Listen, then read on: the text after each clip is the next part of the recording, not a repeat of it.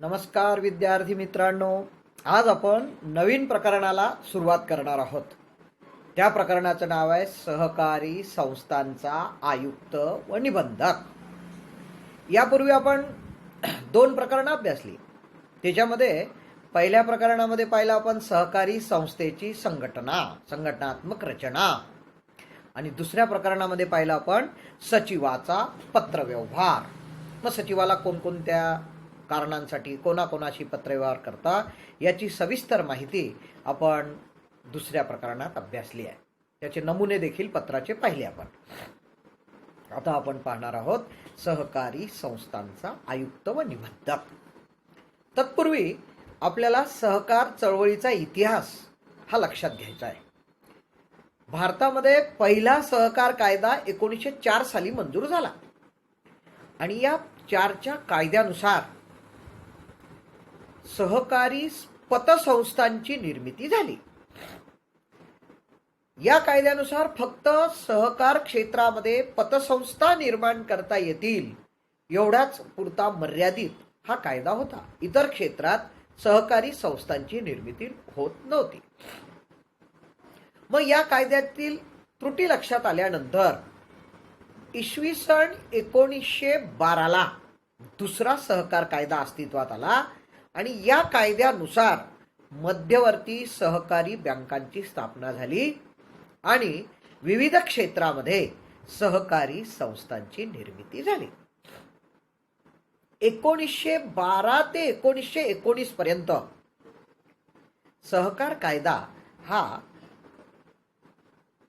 मध्यवर्ती सहकारी बँकांच्या जिल्हा मध्यवर्ती सहकारी बँकांची निर्मिती झाल्यानंतरचा हा काळ.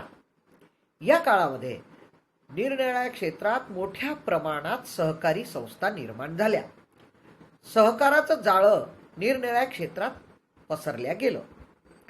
इसवी सन 1919ला पुन्हा असं लक्षात आलं की सहकार कायदा हा केंद्र सरकारच्या ताब्यात होता.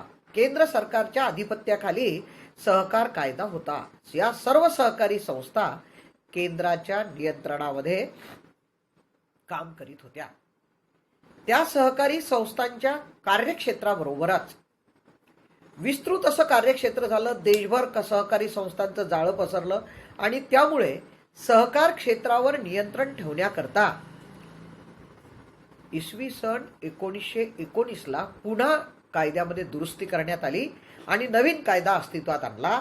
तो कायदा म्हणजे सहकारी संस्थांचं जे केंद्राकडे होतं नेतृत्व नियंत्रण, ते केंद्र सरकारकडून राज्य सरकारकडे सुपूर्द करण्यात आलं.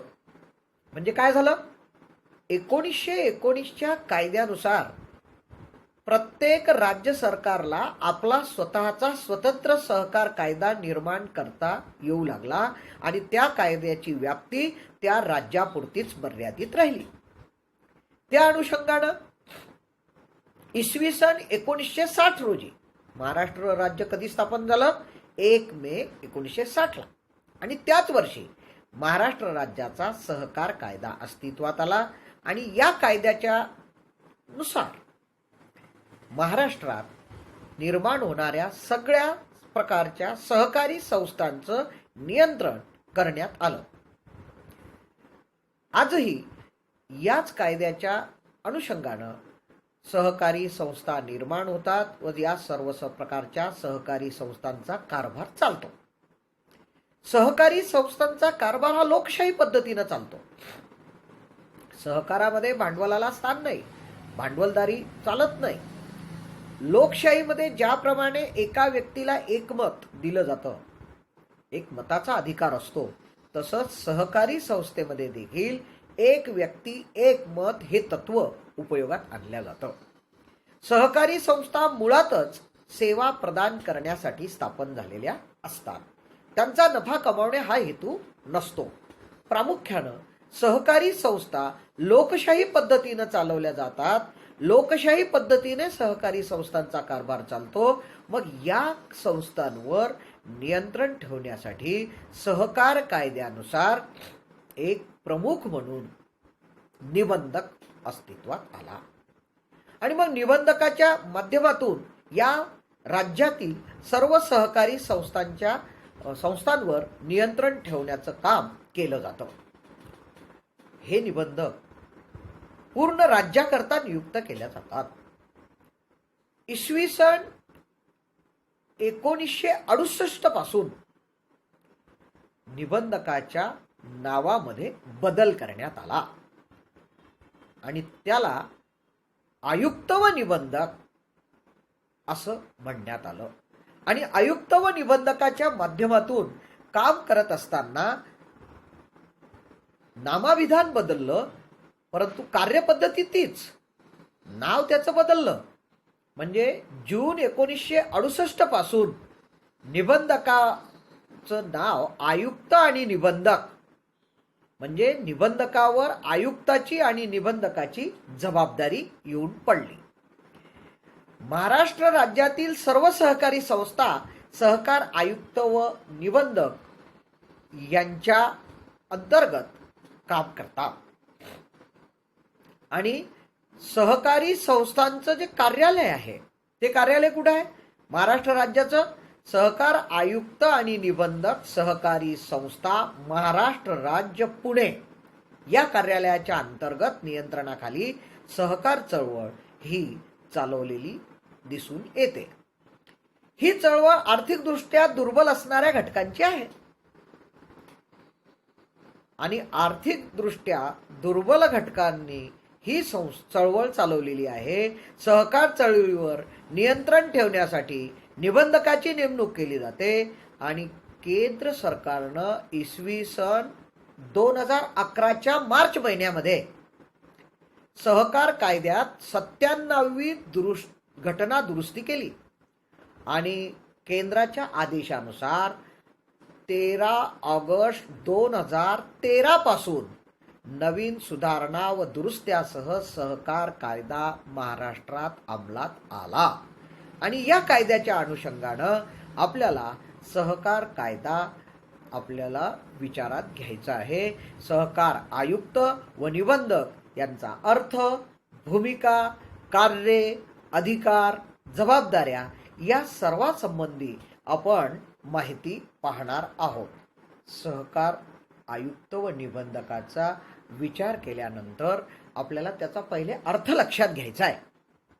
हा अर्थ लक्षात घेताना सहकार संस्थेवर नियंत्रण ठेवण्यासाठी ज्या व्यक्तीची राज्य सरकारने नियुक्ती केलेली असते त्याला निबंधक असे म्हणतात. म्हणजे निबंधक हा राज्य सरकारच्या माध्यमातून नियुक्त केला जातो.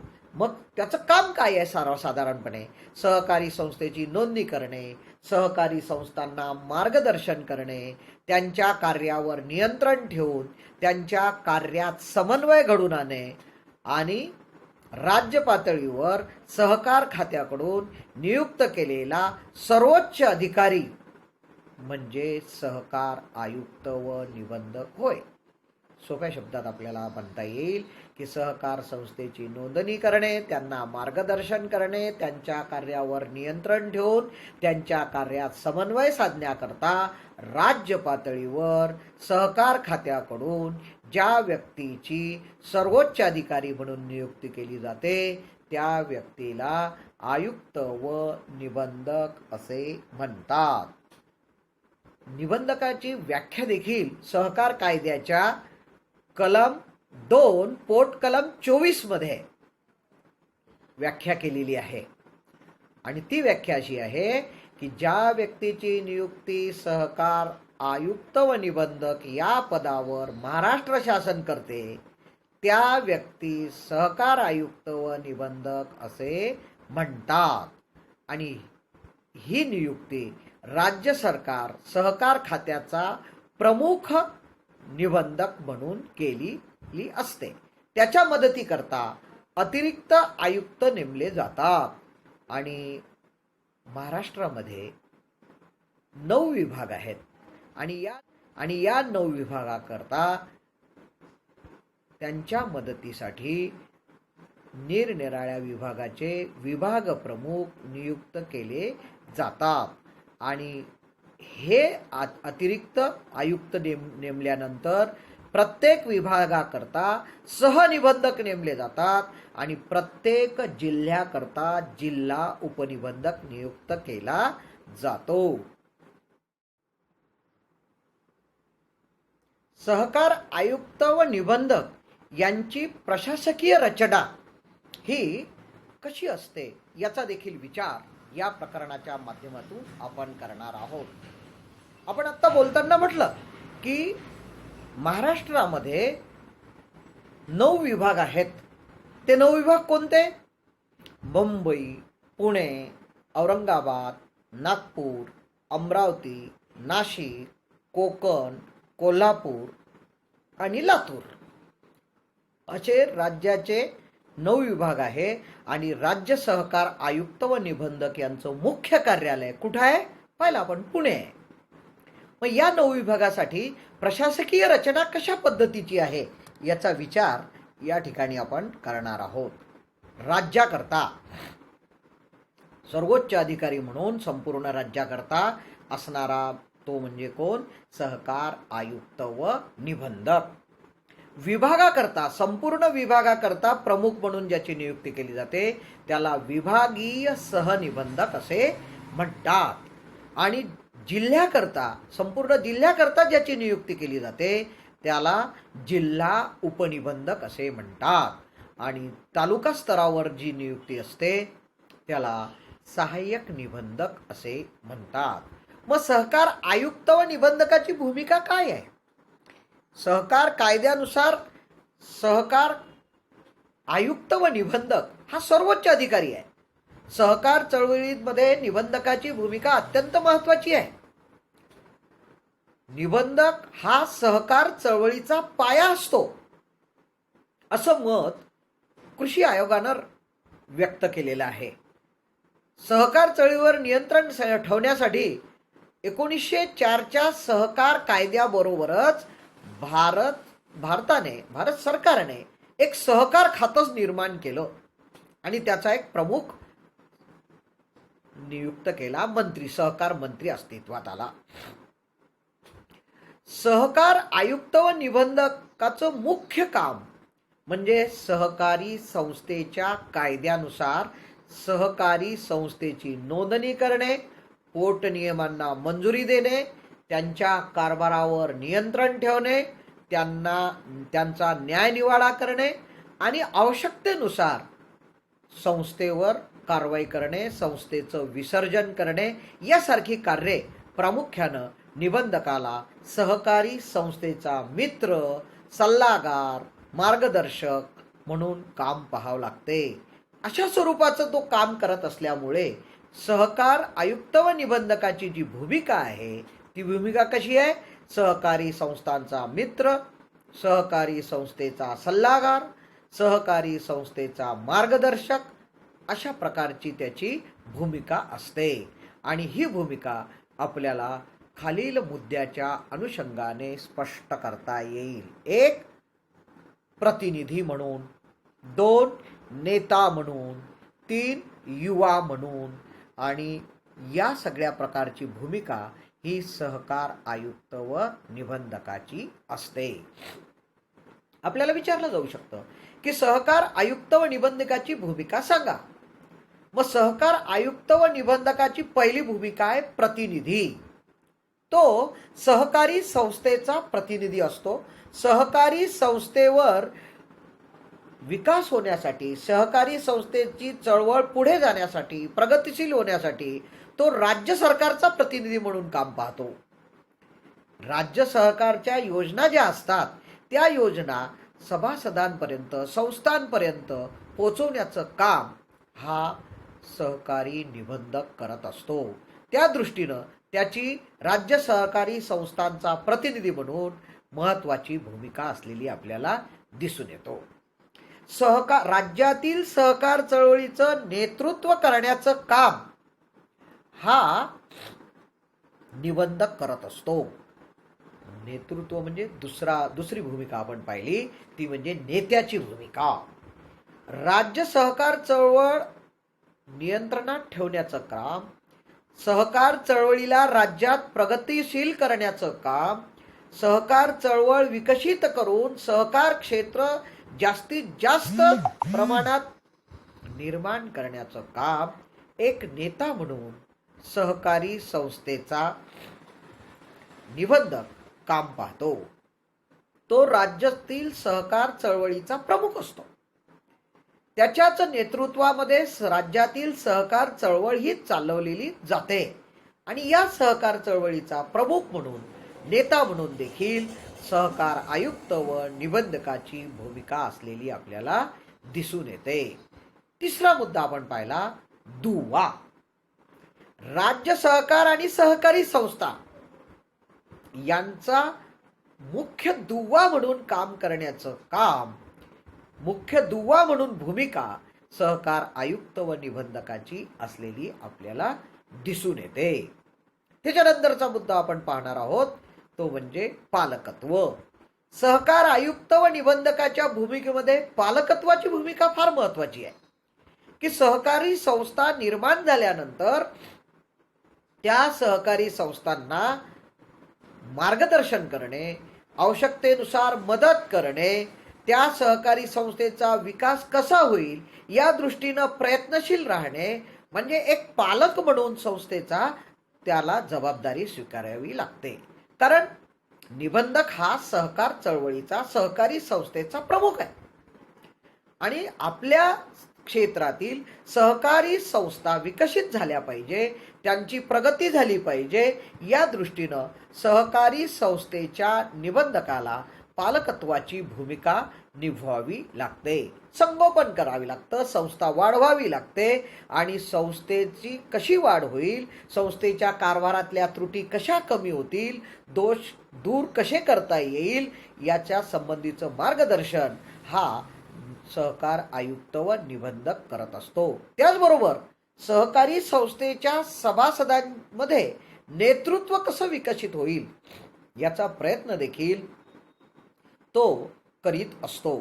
सभासदांमध्ये सहकार चळवळीचं महत्त्व काय आहे, सहकारी संस्थेच्या सभासदांना सहकार चळवळीचं महत्त्व पटवून देणे आणि संस्थांच्या सुयोग्य वाढीसाठी सर्व प्रकारचे प्रयत्न करणे, संस्थांना उत्तेजन देणे यासारखी पालकत्वाची भूमिका ही सहकार आयुक्त व निबंधकाची असलेली आपल्याला दिसून येते.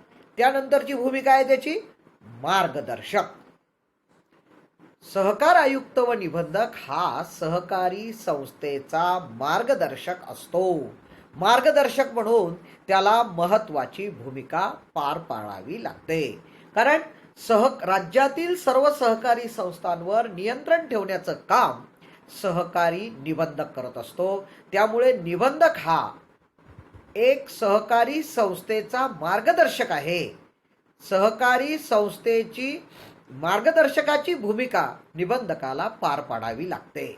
अडीअडचणीच्या काळात सहकारी संस्थांना मदत करणे, संस्थेच्या पाठीशी खंबीरपणे उभे राहणे, संस्थेच्या प्रगतीसाठी व विकासासाठी सहकार तत्व हे सभासदांमध्ये रुजवण्याचं काम हे मार्गदर्शकाच्या भूमिकेतून सहकार आयुक्त व निबंधकाला करावं लागतं.